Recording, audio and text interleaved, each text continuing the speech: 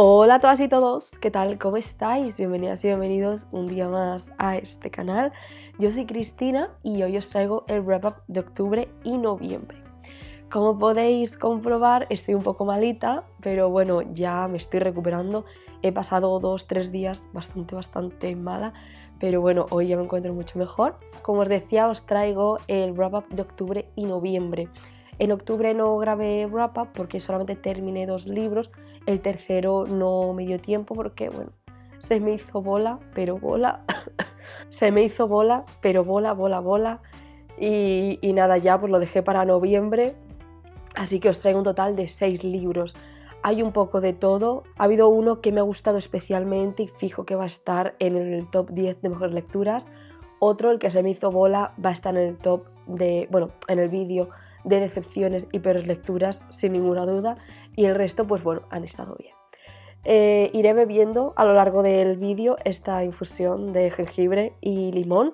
Es de Yogi Tea, me gusta muchísimo y siempre tienen aquí unas frases muy chulas.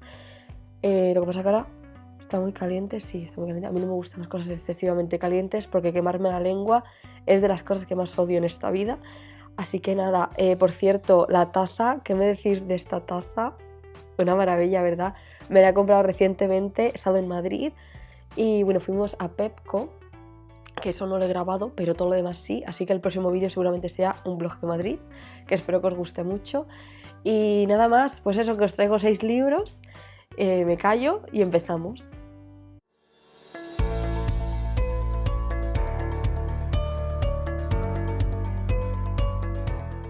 El primer libro que terminé en el mes de octubre fue uno que leímos en lectura conjunta con el grupo de Telegram, que por si os interesa os dejo abajo el enlace directo. Y es Precioso Veneno de Mary Webb. Bueno, este es un libro al que le tenía muchísimas ganas. Tenemos a Prue, una joven que, bueno, ya desde pequeña se dice que está marcada por el diablo porque tiene el labio partido, ¿no?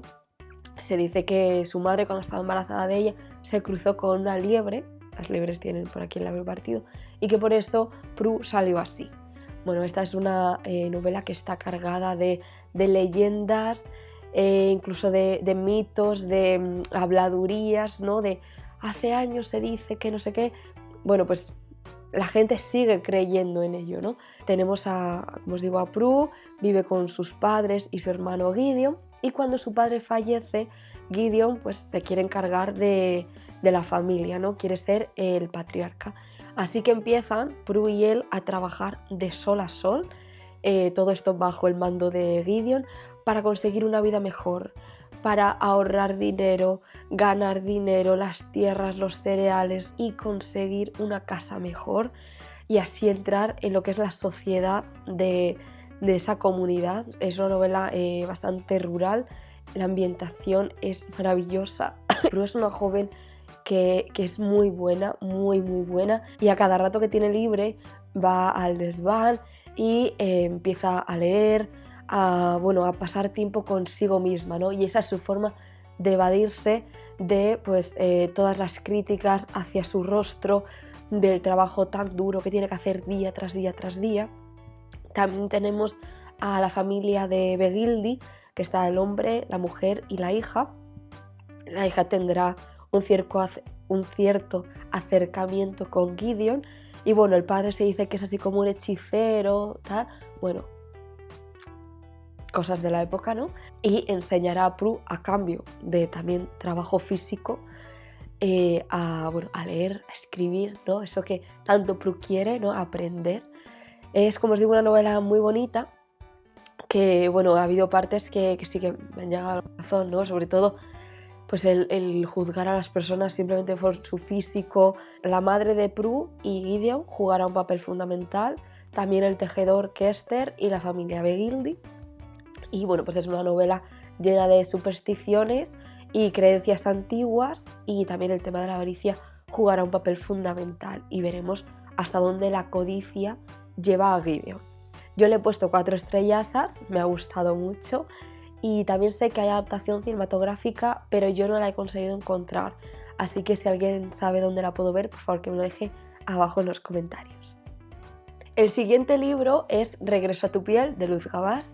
Yo de esta autora ya había leído hace unos 2 años Palmeras en la nieve y me gustó muchísimo, muchísimo. Es una novela muy emocionante, muy emocional y bueno, a mí me encantó.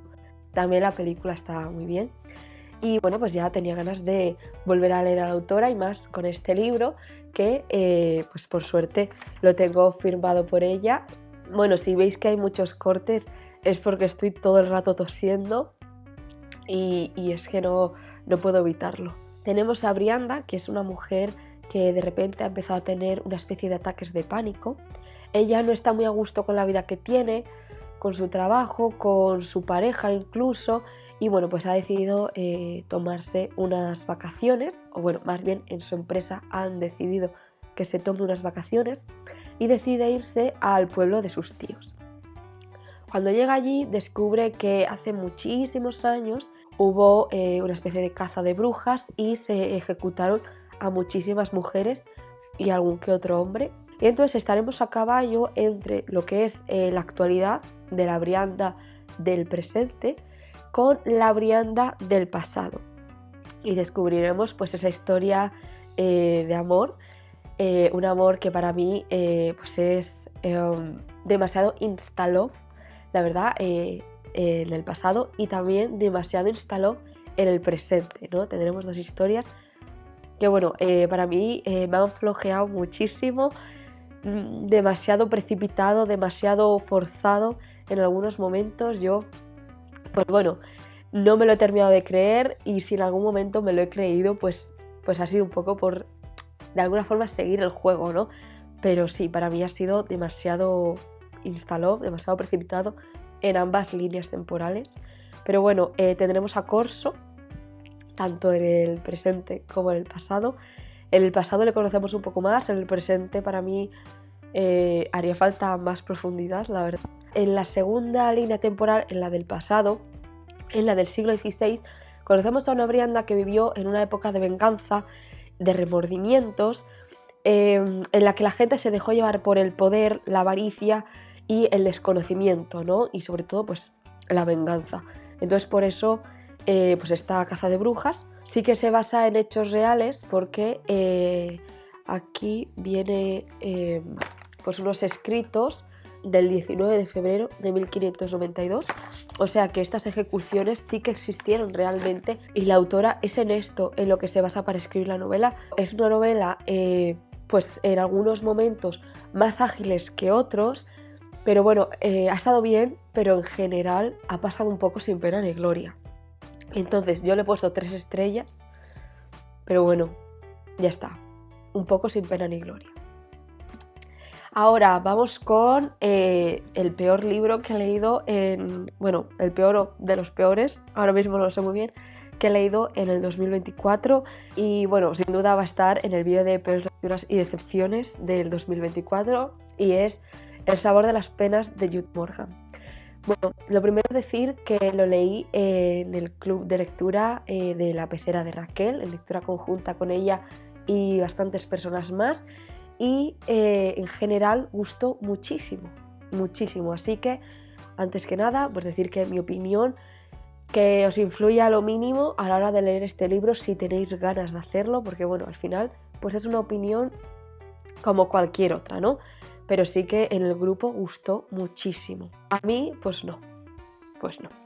Yo este libro lo empecé a leer hará 2 años y medio, más o menos. Llegué a la página 70 y algo, o 100 algo, y dije, mira, no es el momento. No es el momento para nada. Y ya cuando Raquel anunció que iba a hacer lectura conjunta de El sabor de las penas, dije, esto es una señal, y al momento me apunté y me uní al grupo de Telegram.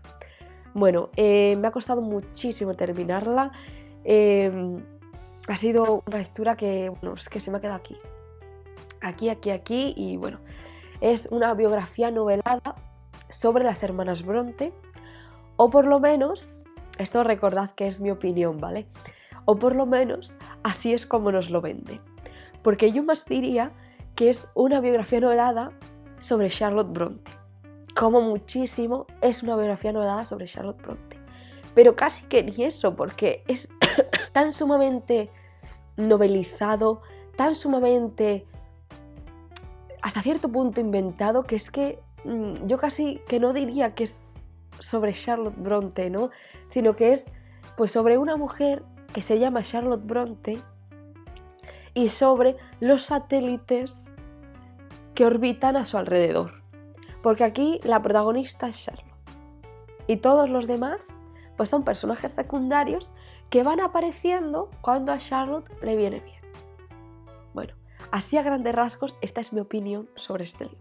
Cuando empieza la novela, la madre de los hijos Bronte pues está a punto de fallecer, está delirando y bueno, pues es todo bastante triste, ¿no? Entonces tenemos a los Bronte, que serían el padre, Patrick Bronte, la hija mayor sería Mary, después va Elizabeth, Charlotte, Branwell, Emily y Anne. Las 3 hermanas Bronte que nos han llegado a nosotras pues sería Charlotte, Emily y Anne. Cuando la madre fallece, esto es un momento bastante triste, ¿no? Porque los niños son súper pequeños, el padre se ve abrumado, viene una tía a cuidar un poco de los niños, pero bueno, a Mary y Elizabeth las mandan a una escuela, a un internado, para que, bueno, pues continúen con la educación, ¿no? En ese internado pasan unas calamidades brutales, la comida es horrorosa, hace un frío terrible y bueno, pues hay una especie de enfermedad que se las lleva. En ese internado continúan Charlotte y posteriormente Emily, pero claro, al haber esta tragedia, pues el padre no quiere perder a más de sus hijas, entonces pues se las vuelve a llevar a casa. Entonces la educación la continúan en casa. Ellas por suerte tienen a su completa disposición la biblioteca de su padre y todos sus libros, entonces bueno, pues más o menos con esos libros, un poco con lo que le enseña el padre y la tía, pues ellas se van formando, ¿no? Pero esto es todo bastante rústico, bastante rural. Es un milagro que estas hermanas escribieran en las novelas que escribieron, ¿no? Teniendo en cuenta la educación que tuvieron. Pero bueno, como os digo, sobre todo la autora, ya una vez que ha pasado esto, se centra en Charlotte. Y claro que Charlotte fue la que más años vivió, hasta los 40 y poco. Pero claro, hasta que las demás murieron, todos estuvieron en vida, ¿no? No sé si me explico. Entonces, ya os digo, es Charlotte, la protagonista, es la que más aparece, es en la que más vemos sus pensamientos, en la que más vemos, pues, por ejemplo, cuando decide irse a Bruselas, ¿no? Y todo gira en torno a ella, ¿no? Y los demás, pues son satélites que van apareciendo cuando a Charlotte le viene bien, ¿no? Por ejemplo, que Charlotte decide contarle a su padre que puede ser escritora, pues entonces aparece el padre. Si no, pues el padre poco más. Que empieza Branwell con sus problemas sobre alcoholismo, pues entonces aparece Branwell y Charlotte cómo le ayudan, o bueno, intentan ayudarle. Esta es la percepción que yo he tenido, la verdad. A mí la novela se me estaba haciendo muy cuesta arriba. Es que, por ejemplo, de Anne vemos tan solo unas pinceladas de cuando se fue a trabajar de institutriz a una casa con niños bastante rebeldes, ¿no? Y bueno, se nos cuenta esto con pinceladas porque la primera novela de Anne, que es Agnes Grey, pues trata sobre una institutriz que decide trabajar al igual que Anne, y que su primer trabajo pues es de institutriz en una casa con niños horrorosos. Entonces, bueno, pues hilando esto, ¿no? Este autor, Joan Morgan, pues ha tenido la gracia de contar esto. Pero vamos, que son pinceladas, o sea, pinceladas de Anne. Todo lo demás es pues un poquito de Emily, de que pues no se adaptaba mucho a su trabajo de institutriz en un internado, y también pues cuando fue a Bruselas con Charlotte, ¿no? Pero vamos, que es que ya os digo que la protagonista es Charlotte y todos los demás pues giran a su alrededor y van apareciendo cuando a ella le viene bien y ya está. Entonces es que no es una biografía novelada sobre las hermanas Bronte, es como mucho una biografía novelada sobre Charlotte. Bueno, también decir que los hermanos Bronte, Charlotte, Emily y Branwell, cuando son pequeños y ya pues, sus 2 hermanas han fallecido, se inventan unos juegos y bueno, ahí dejan volar su imaginación por completo, y eso pues me ha gustado mucho, ¿no? Porque al parecer eso sí que fue verdad. Lo que pasa es que se extiende se extiende bastante, ¿no? También decir que el padre, que era sacerdote, era cura, pues tan solo tiene fe en el futuro de su hijo varón, su único hijo varón, fe pues de que sea un gran artista, ¿no? Y que sea importante, famoso y reconocido y viva de ello. No tiene para nada fe en el futuro de sus hijas, como os he comentado, y bueno, pues es sabido, Branwell pues terminó siendo un alcohólico, tuvo problemas con una familia en la que fue el tutor. Nos habla de las pérdidas, ¿no? Que van sufriendo. También cuando intentaron publicar, cuando se empezó a decir que eran la misma persona y no 3 personas distintas, ¿no? Bueno, cuando se fueron a Bruselas y, bueno, en general me ha parecido una novela en la que se van dando muchos trompicones. Yo por lo menos lo he vivido así. No me ha parecido que fuera de alguna forma todo seguido, ¿no? O, bueno, no sé muy bien cómo explicarlo, la verdad, pero sí que me ha parecido como que íbamos a trompicones y eso, pues, como habréis podido adivinar, tampoco me ha gustado. No ha sido un libro para mí. Yo le he puesto 2 estrellas y, bueno, como os digo al principio, pues no quiero que esto os influya directamente a la hora de leer esta biografía novelada, a mi parecer solamente sobre Charlotte y los satélites que hay a su alrededor. Que bueno, si os interesa a las hermanas Bronte, pues yo creo que sí que le tendríais que dar una oportunidad, pero bueno, al fin y al cabo, pues esta es mi humilde opinión y bueno, pues no ha sido un libro para mí para nada. El siguiente libro es la biografía de María Antonieta de Stefan Zweig, o yo ahora más bien me decanto sobre biografía novelada de María Antonieta de Stefan Zweig. Tenía muchísimas ganas de leer este libro, también lo he hecho en lectura conjunta, me parece que todos, excepto el último, los he leído en lectura conjunta.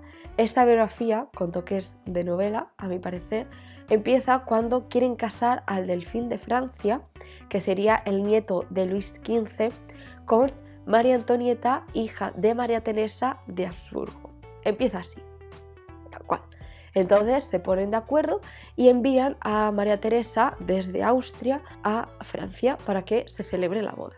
Entonces, bueno, el autor nos cuenta cómo en un punto clave, ¿no?, entre Austria y Francia, un término medio, despojan a María Antonieta de todas sus pertenencias austriacas y la visten y la preparan para que parezca más francesa, ¿no?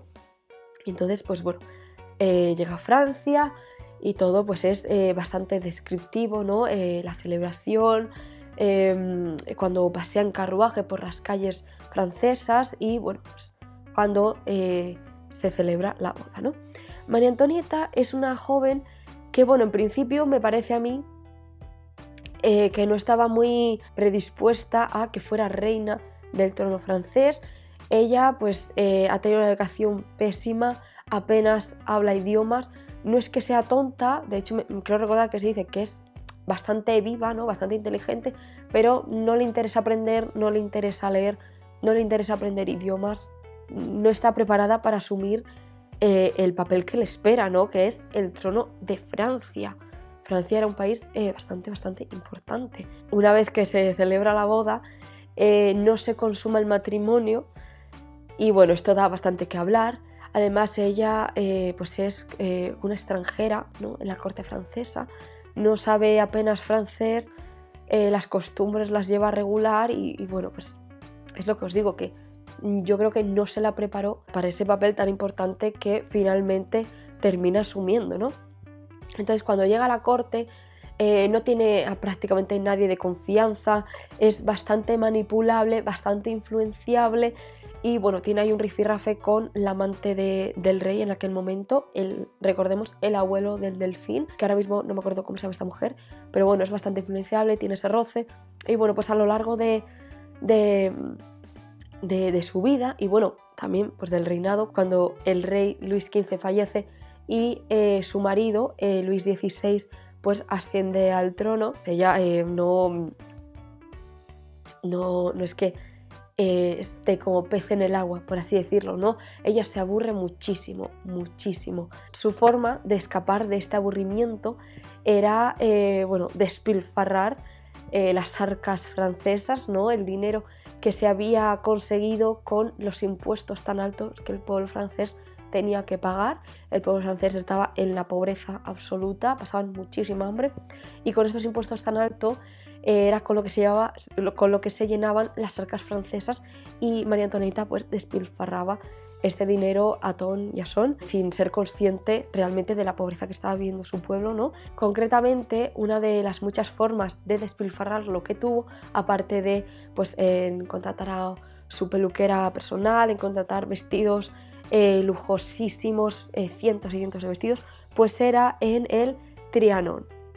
¿Qué es esto? Pues fue uno de los entretenimientos más caros y la muestra definitiva de su aburrimiento, que heredó de Luis XV, pero claro, Luis XV lo tenía como una forma de pasar allí momentos, ¿no? Pequeñas temporadas con sus más allegados, ¿no? Pues cuando él estaba en Versalles, pues estaba allí, pero cuando llega María Antonieta empieza a remodelarlo, empieza a poner todo tipo de lujos, y bueno, es pues su pasatiempo favorito, ¿no? Y en lo que invierte muchísimo, muchísimo dinero. Se gastó nada más y nada menos que 1.600.000, creo recordar. Ahora mismo no me acuerdo cuál era la moneda, pero bueno, una barbaridad en reconstruir, remodelar, reparar, bueno, era una barbaridad. Allí pues pasaba largas temporadas, casi que vivía, ¿no? Cuando no estaba en Versalles, en la corte.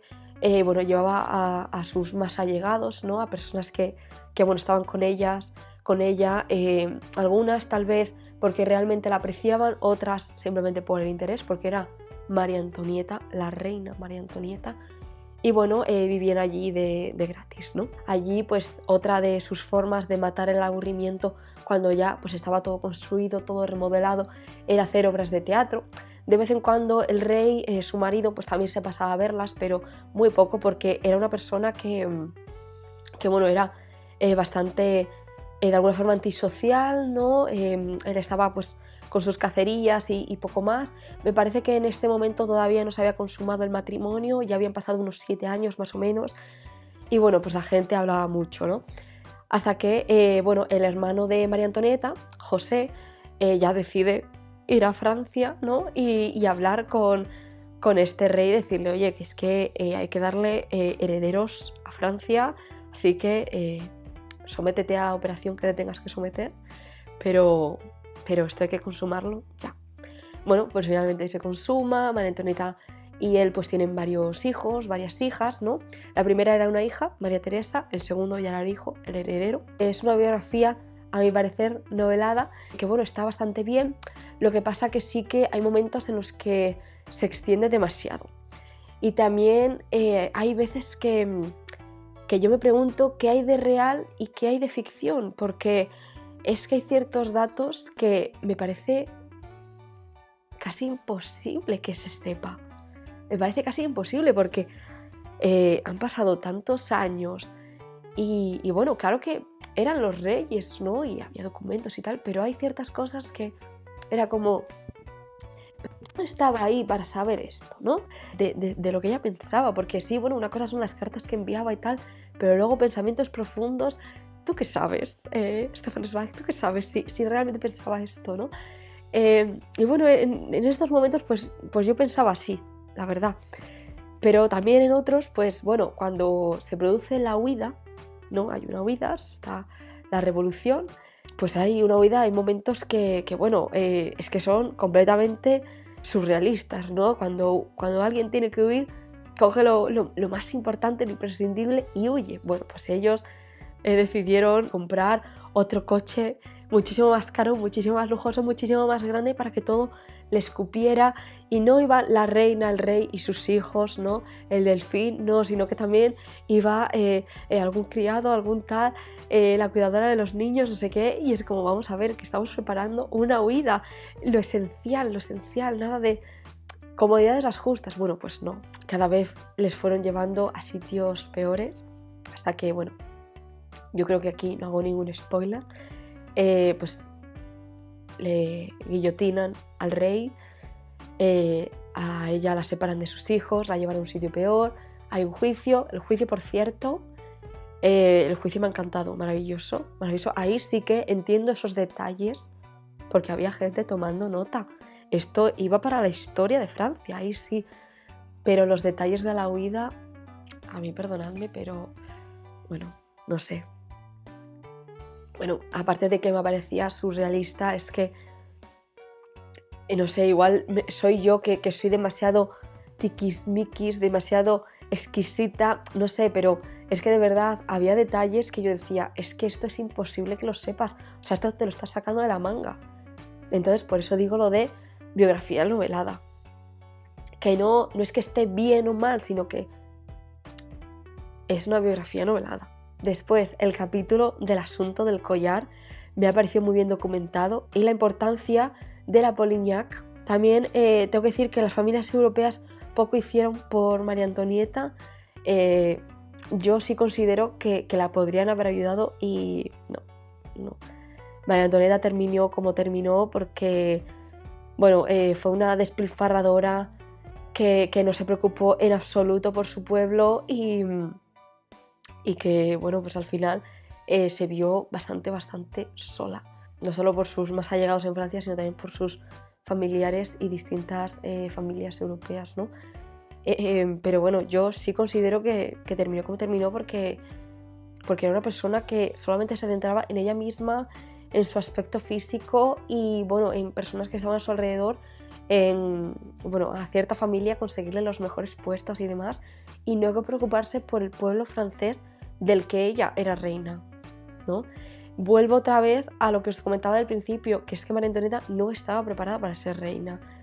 De lo contrario, que su madre, María Teresa, sí que lo estaba, en Austria, en la familia de Habsburgo, pues María Antonieta no, todo lo contrario, y no hacía caso a los consejos que le daba su madre a través de cartas. También tengo que comentar que, bueno, aparte de estos detalles, bueno, información en general que a mi parecer es imposible que se sepa, ¿no?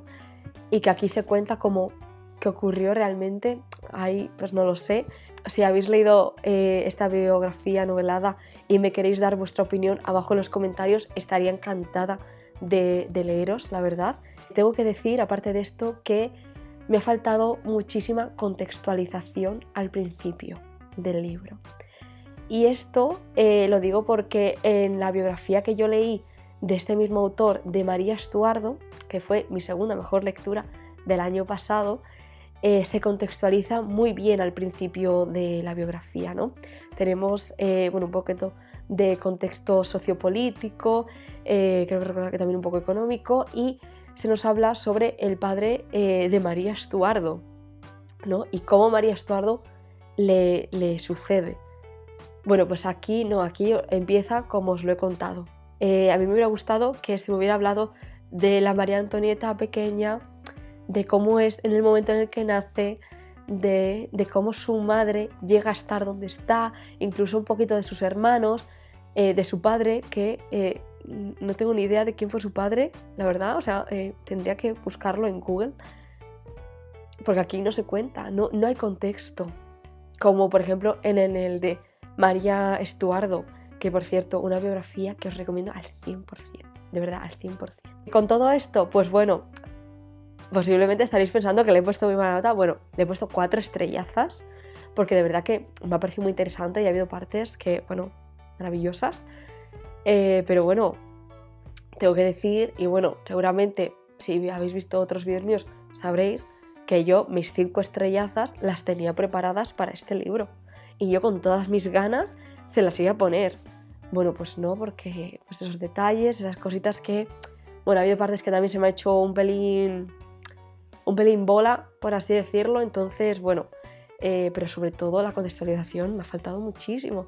También una cosa que os tengo que comentar es que en la biografía de María Estuardo, el autor la humaniza contando sus aciertos y sus errores. Pero en este libro, el autor no es que humanice como tal, sino que yo he notado, ¿vale? Que directamente la vuelve mártir. Y eso la verdad que no me ha gustado mucho, porque puedes contar el descontrol que ha habido, el despilfarro que ha hecho, los errores que ha cometido, pero luego que a la primera de cambio ya se empieza a arrepentir un poco, no ve que realmente las cosas se vuelven bastante serias y que esto no es broma, que esto es una revolución y que lo puedes perder todo, pues ahí ya, cuando se da cuenta, a la primera de cambio ya la perdonamos todo, ya la volvemos mártir, pues no, conmigo no, la verdad. Entonces eso es algo que tampoco me ha gustado, que a la primera de cambio ya, ay, pobre María Antonieta, pues no.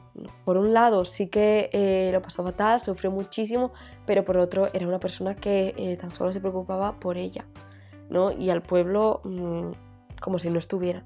Pero bueno, ya os digo, 4 estrellazas, y si os llama la atención la figura de María Antonieta, pues sí, es una biografía que recomiendo mucho. Eso sí, teniendo en cuenta que no es una biografía pura, sino es una biografía novelada. El siguiente libro del que os voy a hablar me ha encantado, me ha gustado muchísimo, y es Tras los pasos de Jane Austen de Espido Freire.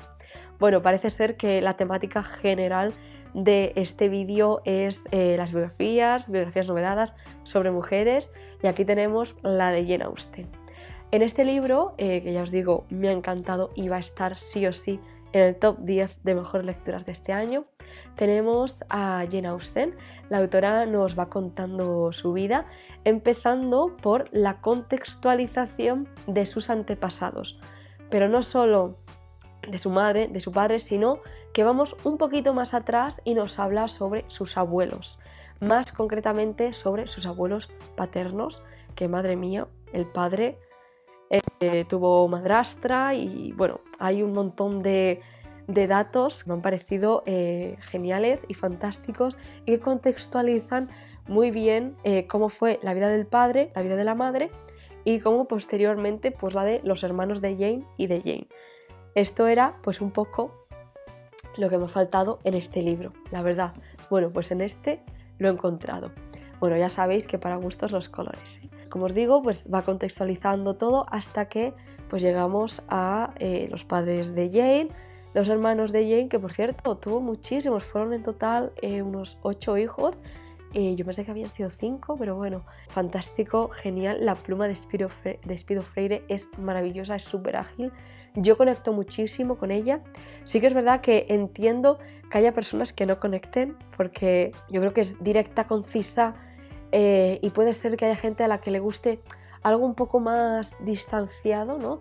Pero bueno, yo conecto al 100%, me ha gustado muchísimo. La biografía está dividida en los distintos lugares en los que vivió la autora. Tenemos una mezcla de biografía con opinión de la autora y también con guía de viajes. Al final de algunos capítulos, me parece que son todos excepto el de Oxford, no sé por qué en el de Oxford no, hay una guía de viaje. Es muy cortita, es muy breve, apenas 2 o 3 caras, no más, y bueno, pues la verdad que está muy bien. Esto es algo que, bueno, pues se menciona, ¿no? También es pues un poco de guía de viaje, pero ya os digo que es súper corto, o sea que si eso no os atrae, que no os quite las ganas de leer esta biografía, porque ya os digo que son 2 o 3 caras por capítulo, nada más. También comentaros que he aprendido muchísimas cosas de Jane Austen, algunas ya las sabía, pero otras muchas no, y bueno, aquí sí que se nos habla no solo de sus padres y antepasados, sino de sus hermanos, de todos y cada uno de ellos.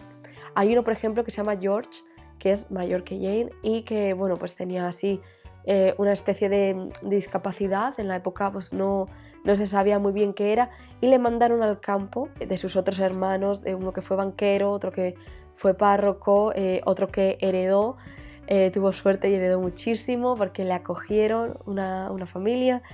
Y bueno, también de sus mujeres, de sus hijos, de las sobrinas, de los sobrinos de Jane Austen, de su hermana Cassandra, lo importante que fue para ella su hermana Cassandra. También momentos muy importantes. Bueno, también tengo que decir que una cosa que me pareció muy curiosa era que a los hermanos, bueno, a los niños Austen, cuando nacían se les enviaban a una granja hasta que cumplían cierta edad y ya volvían con los padres a casa.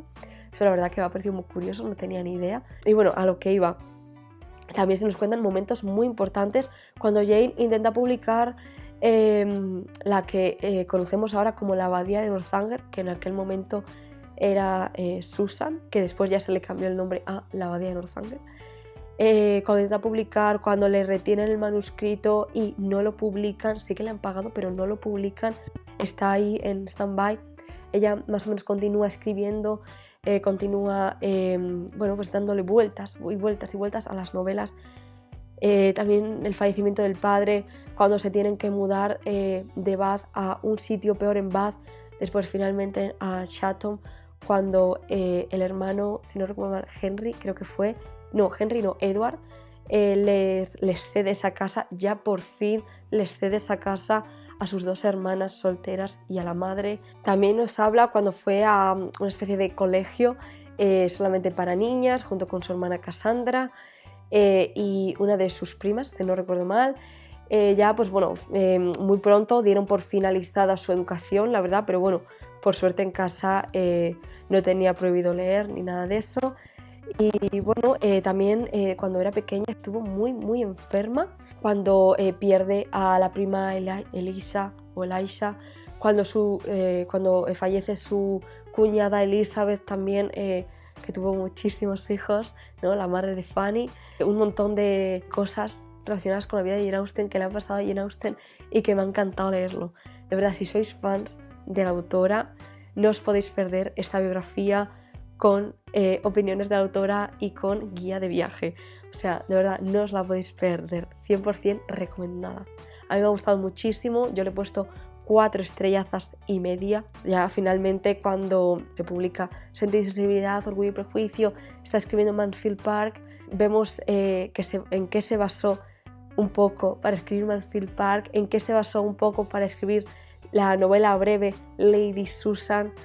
Bueno, fantástico, maravilloso. También la ambigüedad que hay en torno a la vida amorosa de la autora, hay mucha ambigüedad sobre si rechazó una propuesta de matrimonio, rechazó 2, tonteó con alguien, no tonteó, bueno, mucha ambigüedad, ¿no? Pero bueno, pues es que las cosas son así.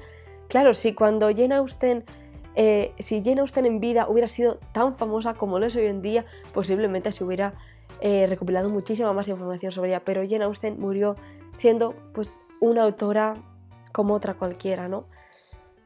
Tristemente ya fue después, fueron sus sobrinos los que disfrutaron de esa popularidad de su tía Jane. También nos habla sobre su sobrina Anne, iba a ser escritora como ella, pero bueno, se casó, empezó a tener hijos y bueno, esto entristeció bastante a su tía Jane.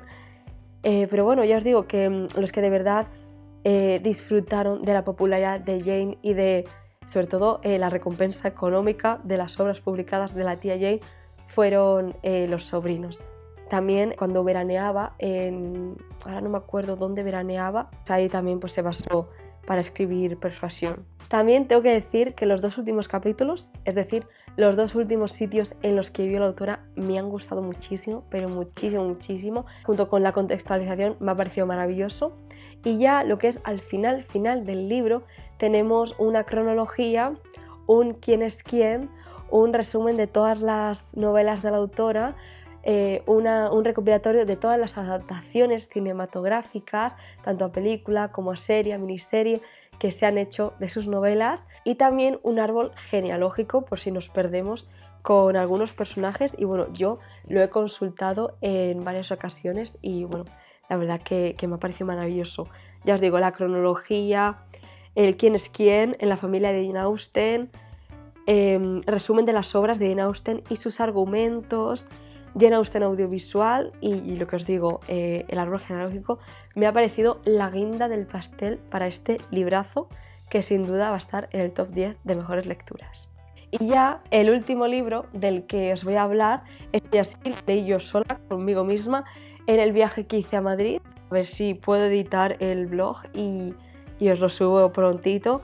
Es una obra de teatro a la que le tenía muchísimas ganas y es El cadáver del señor García de Enrique Jardel Poncela. Bueno, es lo primero que leo del autor y ya os aseguro que no va a ser lo único. Tengo en la estantería las 7 advertencias de esta manera y lo veis hasta debajo de un almendro y con muchísimas ganas. Esta edición que yo tengo empieza con una introducción, a mi parecer maravillosa. Es bastante breve, bueno, unas 40 páginas más o menos, pero es muy concisa, ¿no? Nos cuenta un poquito de la vida del autor. No tuvo una vida muy fácil, la verdad. Yo creo que estuvo marcada por el fallecimiento de su madre cuando él tenía unos 9 años más o menos. A la hora de, bueno, estrenar las obras, pues no terminaban de encajar, no terminaba de dar el salto, no tenían una acogida muy así. De hecho, El cadáver del señor García está dividido en 3 actos y el primero fue destornillante, el público se partía de la risa, pero ya en el segundo acto fue decayendo y el tercero ya pues no hizo gracia. No hizo mucha gracia y bueno, yo aquí sí que coincido un poco con el público de esa época, ya luego os cuento.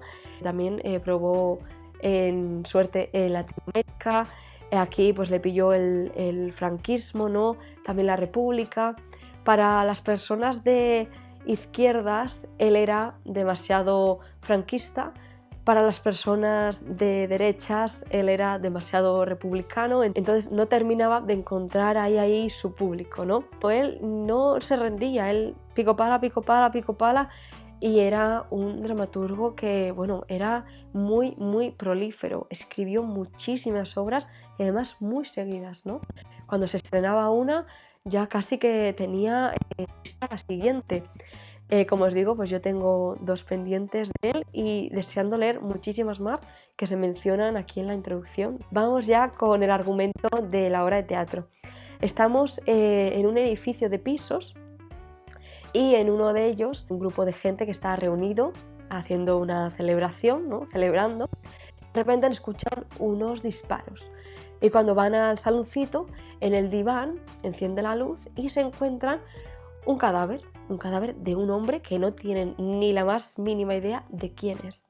Al parecer ha entrado por el balcón, van entrando todos los personajes y también distintos vecinos, ¿no? del edificio y el portero, la portera, que pues han escuchado los tiros, ¿no? y escuchan el jaleo que hay. Ellos le tienen miedo al cadáver porque, bueno, no lo reconocen, es un completo desconocido y al parecer es un hombre horroroso con bigote. Tiene bigote, es horrendo. Madre mía, ¿quién se acerca a él? Pues un hombre que hay ahí que de repente se acuerda de que él es doctor, entonces, es verdad, soy doctor, voy a verlo, ¿no? Entonces intentan llamar al juez para que levante el cadáver, para que lo quite de ahí. Y bueno, después de una odisea con el teléfono, con la guía telefónica, ¿no? que en aquel entonces había un libro con todos los números, que es una locura. O sea, el primer acto de este libro es una locura. El segundo, bueno, también, ¿no? Pero bueno, ya viene el juez con el forense. Es una obra de teatro que me ha gustado. Sobre todo yo diría el primer acto y bueno, también parte del segundo, ¿no?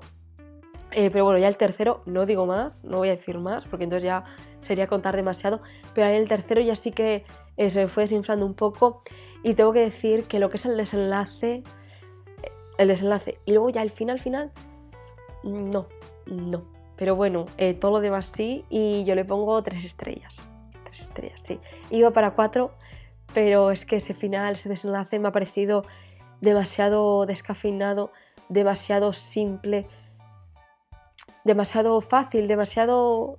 No sé, es que en el libro hay tantas partes buenas, con lo bueno que estaba siendo, en serio. Pues bueno, pues yo coincido con la época de aquel momento, de 1930 y... que no, que el final, pues para mí no. Pero bueno, 3 estrellas. Ya hasta aquí el vídeo de hoy, chicas y chicos, espero que os haya gustado mucho. Bueno, pues estos han sido los 6 últimos libros que he leído en los 2 últimos meses. Si tenéis cualquier cosita que decirme, lo podéis hacer abajo en los comentarios porque yo estoy encantadísima de leeros. Y por mi parte, nada más, os mando un abrazo enorme y nos vemos muy prontito o cuando pueda grabar en un próximo vídeo. Adiós.